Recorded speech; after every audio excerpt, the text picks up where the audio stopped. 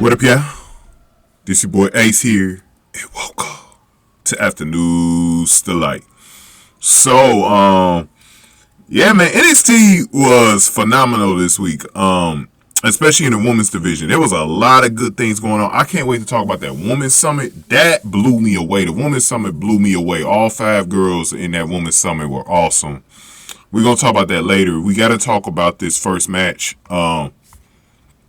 The last chance qualifier match for the Iron Survivor challenge at NXT Deadline this Saturday, man. We had Roxanne Perez, so the way it went was that all the girls that lost the first 4 matches all got a chance to get a last chance. So Roxanne, I believe, lost to, what was it, Last Legend. Thea Hail lost to Blair Davenport. Fallon Henley lost to Tiffany Stratton. She was the first one to actually lose. Lost to her. And then Kiana James lost to Kalani Jordan. So whoever wins will get a chance to get their revenge against whoever beat them in that match earlier. So let's go over how this one went, because I thought it was a very good Fatal 4-Way match. I thought it was very good, man. And it helps that you got 4 of the best ring workers in the ring. Not the 4 best, but 4 the best, because I got Jacy Jayne in my top 2 with Kiana James. As y'all already know, I'll be, like, every week I'll be saying Kiana James is the best in-ring worker in the whole entire NXT women's division. But these are 4 of the best. Roxanne Perez, y'all know she's really good. Thea Hail, for a 20-year-old, is really good. Fallon Henley is the one that's blossoming the most out of everybody, because I felt like she was overlooked. But this Tiffany Stratton storyline really helped her more than anything. That's why I said, for her, the Tiffany Stratton storyline, she was the biggest winner out of that. Like, Tiffany Stratton didn't really win out of that because she had already been established. But Tiffany did more to probably put her over than anything else. So that was really good for her. And Kiana James is another one that's been also sprouting up really since the beginning of the fall. She's been sprouting up to another level. So I feel like she'll get the title too next year. So, but let's go over how this went, man. This match, and then I got a poll behind this as well. Perez landed a Thesz Press on Kiana to start the match. Kiana then tossed Henley into Perez. Hail and Henley took down James with a double team lariat. Lyra Valkyria was watching the match in the picture-in-picture. A random lady was creeping behind a door window, and it ended up being Tatum Paxley.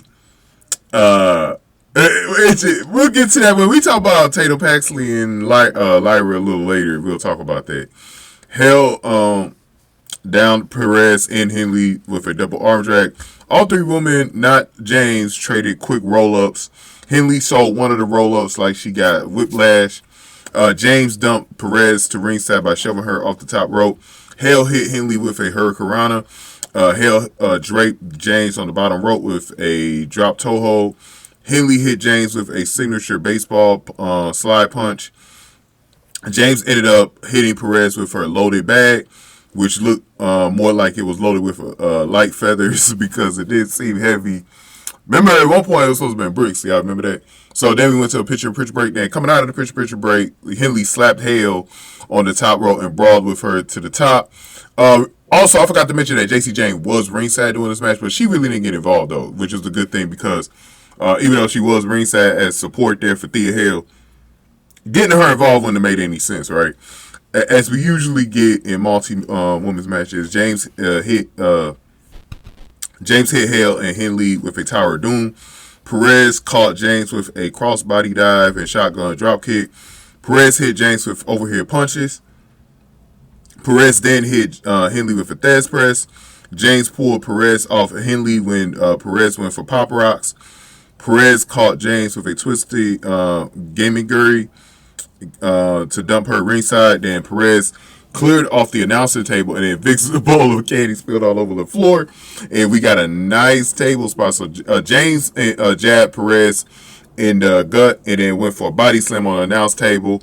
The crowd was chanting, holy shit, but they kept blurring it out. I can't wait for NXT to move off of USA. USA Network is pissing me off, man, with this whole we want to be PG bull, bro.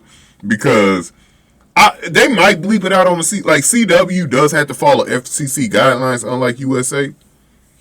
USA just has to stay within the advertiser guidelines, but CW actually has to follow the FCC. So we'll see if on the CW they blurt stuff out, bleep stuff out like they do on USA Network. So we'll see about that.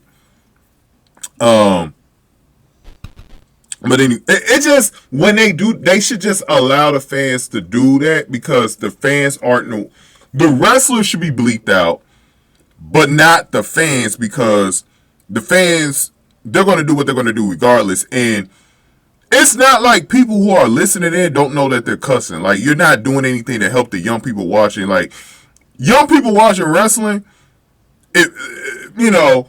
bro, if the parents are going to let them watch wrestling anyways, they're going to be subjected to some high vulgar stuff. I don't know why there's so much protection over wrestling when kids are watching this shit anyways, bro. If the parents allow their kids to watch wrestling, that's on the parents, bro. I hate it. I hate the system in place, man, with the FCC, the ad companies not wanting to. Like, it's ridiculous. Unless they go over the top like AEW does. Like, AEW did go kind of over the top for an ad-based program at one point, back in 2022. I remember they were really doing, like, they was cussing up a storm. And I was like, man, y'all got advertisers, though. But when it comes to, like, when they bleep stuff, though, like cussing and stuff, that stuff is stupid. Let the fans cuss, bro, and don't bleep it out, because it sounds terrible on the broadcast. Absolutely terrible on the broadcast, bro. It sounds terrible. And for advertisers to expect that the product is going to be PG, y'all delusional as hell, y'all advertising companies, man. Y'all delusional as fuck. Some of these advertising companies are set way back in their ways, bro. They need to get off their shit. But that's a whole nother story, because for me, being a YouTuber, I try to follow advertising guidelines myself, but I just think it's ridiculous, though. But that's my rant for that. Let's finish this off, because this video getting too long. James jabbed Perez in the gut and went for a body slam on the announce table. Oh, I talked about that. And then both women ended up brawling to the guardrail. So they brawl. I'm gonna talk about when Ava broke up backstage fight, probably next. Between those two, Perez and James ended up taking each other out by falling through an announce table. While Hail was distracted by what was happening at ringside, Henley set up, and that was enough. See, that was a huge mistake by Thea Hail to be distracted doing a match like that. Henley set up and hit Hail with a Shining Wizard for the victory. And I like her Shining Wizard a little bit better than Tegan Knox's. It has a little bit more impact on it. That's what I've noticed. But that will be all she wrote for Thea Hail, Kiana James, and Roxanne Perez, as they all lost to Fallon Henley, who won this Fatal 4-Way, got the last spot in his last chance Fatal 4-Way match. So she will be in the Iron Survivor Challenge match against Kalani Jordan, Blair Davenport, Lash Legend, and Tiffany Stratton on Saturday. So Fallon Henley won in a little over 10 minutes, man. It was a great way to open up the show, too. Great way. This is a great match to open up the show. I thought they did a really good job. And, the feud between Kiana James and Roxanne Perez has been really good so far. It's been a really good, because you can just tell, man, like, the way they're brawling and stuff like that, like, and they're building it up, because now they're actually going to be a part of the deadline, because they're going to have their own separate matches, is probably what they would rather have anyways, because Roxanne's always been a champion, but Kiana hasn't been yet, but she's going to get her opportunities. But they're going to be in a steel cage. It's going to be awesome on Saturday. The only one getting left out is Thea Hail. She's not going to have a match. But Fallon Henley, man, I'm so happy, because y'all know me. I'm a fan of Fallon Henley, man. I think she's a young version of Mickie James.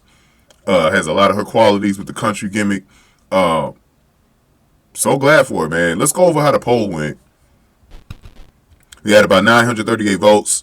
And most of y'all chose Roxanne. What's interesting is that at one point, Roxanne Perez had almost like 70% of the votes at one point. I guess when people found out Fallon Henley won, they started voting for her. She's at 25%. So Roxanne still won the poll by a mile. But Fallon Henley, got a good turnout. 50 likes here as well. Kiana James in last place. This is a tough one because he had a lot of popular wrestlers in here. But a lot of people are starting to get on Fallon Henley's bandwagon, which is good for her.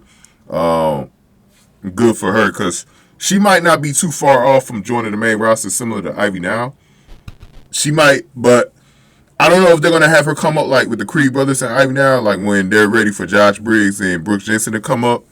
Maybe that's when they bring her up. I don't know how that's going to go. So I think Fallon Henley could use another full year down at NXT, though, to be honest. I think she could use another year. But yeah, thank you for voting in the poll. Awesome match to start the show. So glad Fallon Henley won. Out of all the four, I think she needed it the most. Out of all the girls, she needed it the most. Thea Hail's only 20. She's going to get plenty of her opportunities. She probably the least one in the group that needed to win. And then you already had Roxanne Perez and Kiana James with this steel cage match. They're going to have that match, so they're not losing out. The only one that could have lost out is Fallon Henley if she didn't win. Fallon Henley needed this, and she needed to rekindle this beef with Tiffany Stratton. We're going to talk about that a little bit later. Give me your thoughts on this match so I can move on to the next thing with Kiana James and Roxanne Perez. Give this video a like, share, subscribe, y'all. Thank y'all for watching. After News to Light.